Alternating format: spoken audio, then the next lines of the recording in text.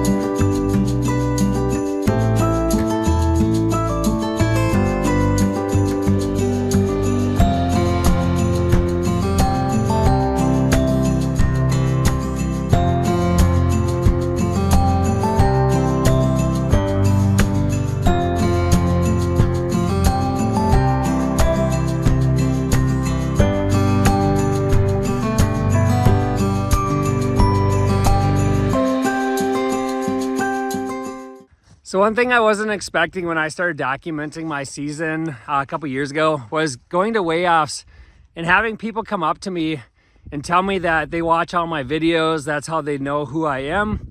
It's pretty cool. I wasn't expecting that when I started. But probably one of the coolest was a few weeks ago at the River Prairie Ginormous Pumpkin Festival. I had a young kid that wanted to meet me because they watch all my videos.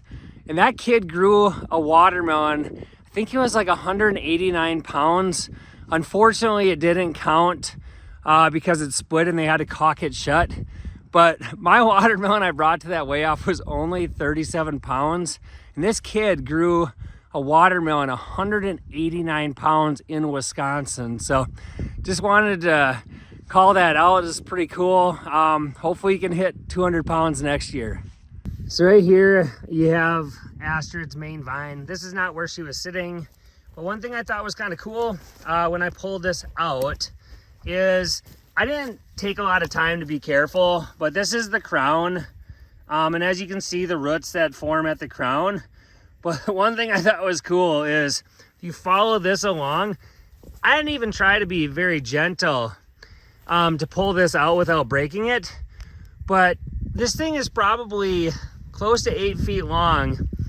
And I know I broke it, so it would have been even longer, but it's kind of cool how long these roots actually go. This went well into her planting area, so it went actually kind of up the main vine and then out. So these roots are just kind of crazy. This is how they soak up so many nutrients and get so big. So this vine in the back here is just, I haven't even pulled out most of the vine, but that's just part of the main vine that was before Dolores, my 1931 Turner. It is super thick. That was leading up to the pumpkin. And then this is actually the same plant, but the main vine after the pumpkin towards the end. And look at the type of taproots you get. This is kind of just crazy. Look at how thick, if you can see that. This one's just super thick where it comes out. This is the bottom of the vine. So this is where it comes out the bottom of the vine and just forms massive roots. I'm not sure on this one if I have good examples. Yeah, here's a little bit, but this is the vine that comes out the top.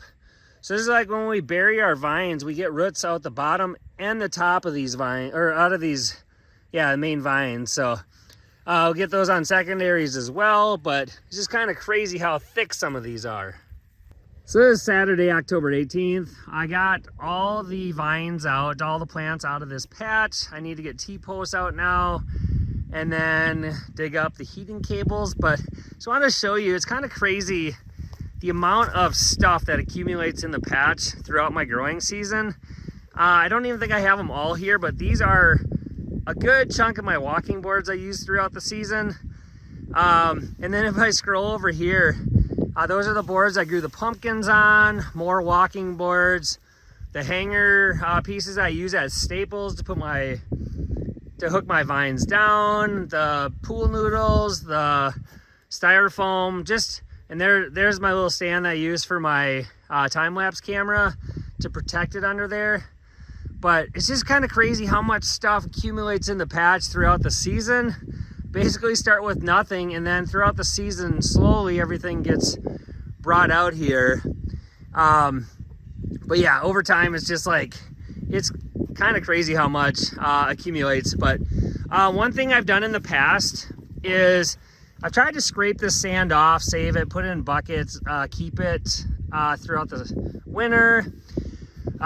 This year I was just like, maybe I'll try to save the stuff that's stuck here, but I think I'm just gonna get new sand next year because sand's really not that expensive to buy and just kind of a pain to save it. So it's one thing I'm gonna do different this year is probably just get new sand next year. That way I don't have soil mixed in or rocks or whatever gets mixed in throughout the season.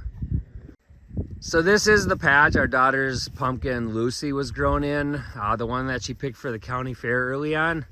So as you can see, after she took Lucy out, or we took Lucy out, we just let the plant grow, and it grew all of these pumpkins that were buried in the plant. And I just noticed the one that is over on the side there, It's right by the fence. It's on the outside of the garden fence, but right by the cow fence there. And I'm pretty sure, I haven't went and looked, but this cow looks like it's having a nice tasty snack, reaching under the fence and grabbing pieces of it. So I don't know what that's gonna look like. I guess we should have got it out of there earlier. It is Sunday, October 26th, and I did get my patch cleared out the other day, and I did get winter rye put down. What I was hoping to do is to wait. It's been a week, just over a week since I planted this, but I was hoping to show you the winter rye coming up. But I looked at my patch yesterday. I haven't looked this morning yet, but I looked at it yesterday, and there was I didn't see any of it germinated yet. It hasn't been very warm. It's been maybe in the highs around 50, but it's been, I don't know, lows. I think we hit in the 20s.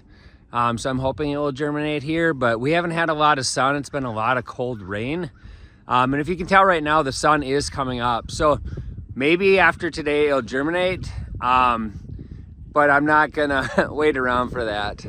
But just wanted to show you the patch cleared up, and I think that's where things are gonna wrap up. Thank you so much for watching again. I know this video got spread out like over the course of like 2 weeks. So thanks for sticking along.